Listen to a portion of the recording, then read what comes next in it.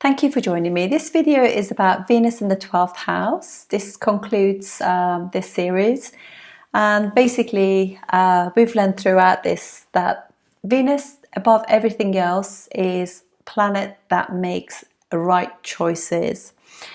A healthy Venus with good aspects or no malefic aspects will be a Venus that will always make decisions based upon what is right and good for them, rather than this person looks good, this person is gorgeous, beautiful, sexy. They just think, what would be good for me? Am I going to be able to have children with them? Do I trust them? Are they going to have my back, if you like? So decisions based upon peace of mind, harmony. And so this basically, the basic indications of Venus are clearly choice, money, family, self-value, resources, bank account, savings, family values, family resources, and early family education. Say, for example, if this will be a family that when they go out together, they bring their rubbish back, they don't litter, they're very respectful of other people's homes. They're careful about what food they eat, because they love themselves above all. So when you love yourself, why would you want to do anything to abuse it?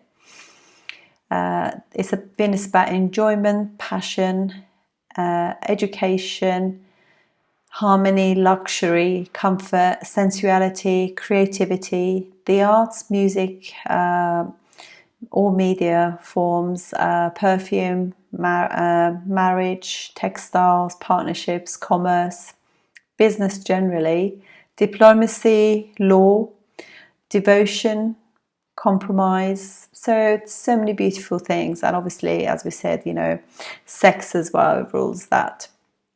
And 12th house is house of detachment, really. This is when you are it's this very spiritual house. It rules far distance, far lands, far away lands.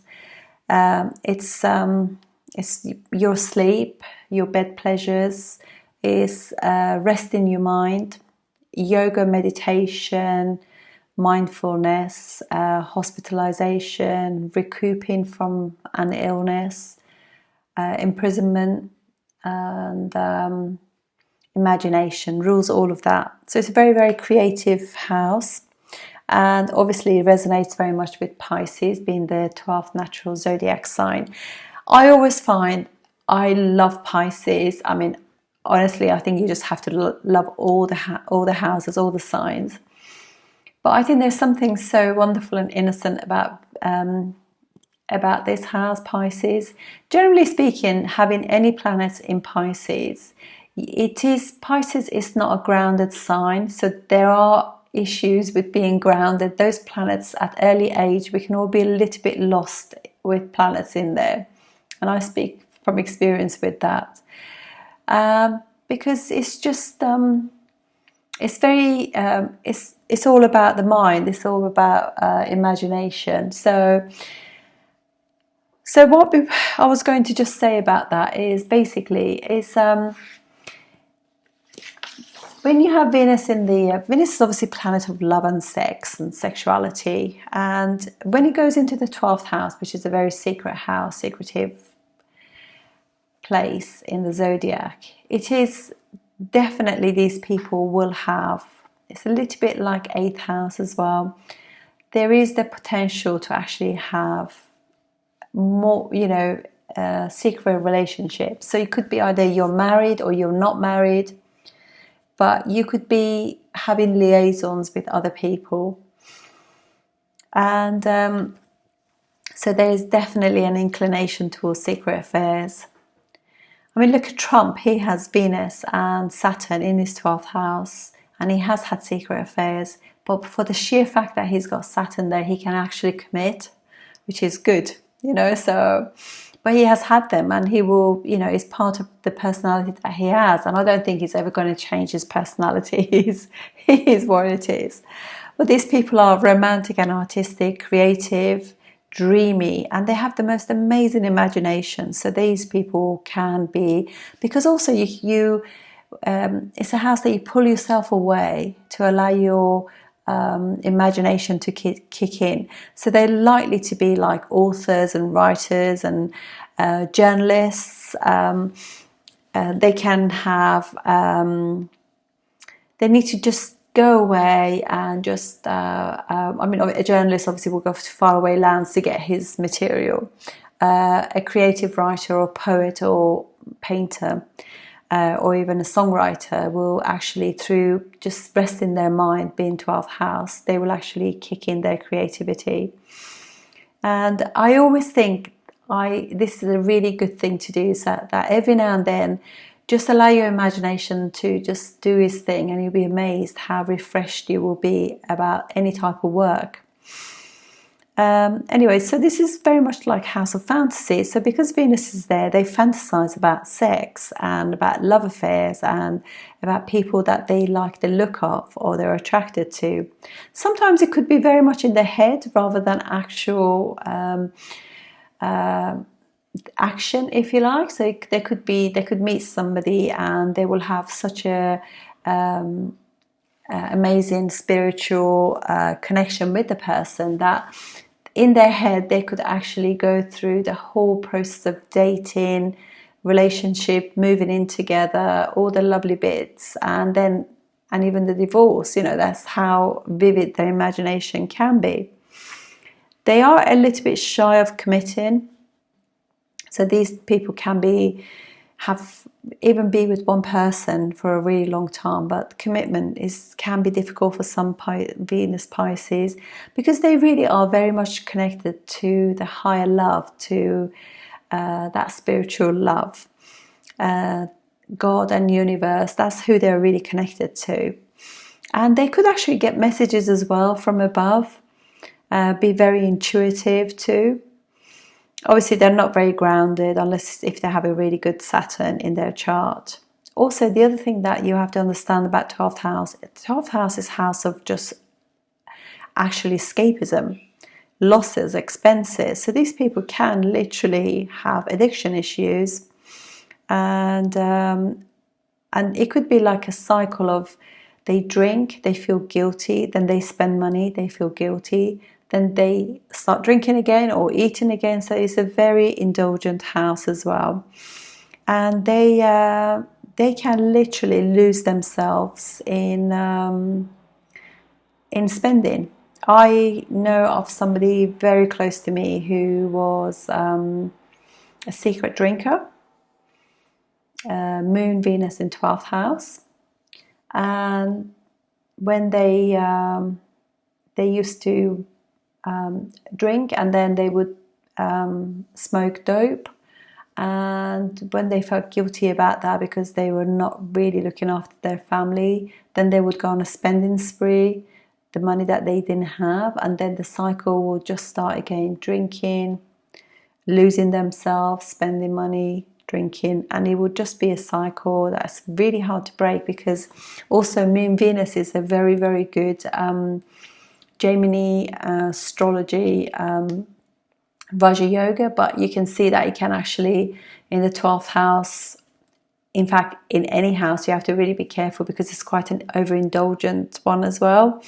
But we're talking about Venus at the moment. So yeah, these people love luxury. So if they go out shopping, they have to be careful actually. It's very good for them to not go out on days when lunar phases. I don't know if you know about panchang and titties.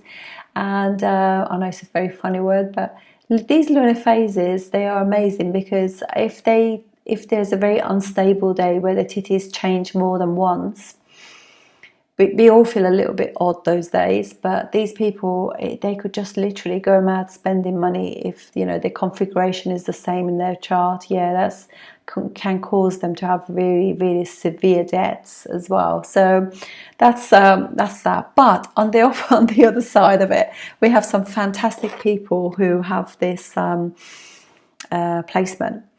I'm going to start with Nat King Cole, because I just love his voice and his music, and he has just cheered all of us up with his beautiful voice and music, timeless music.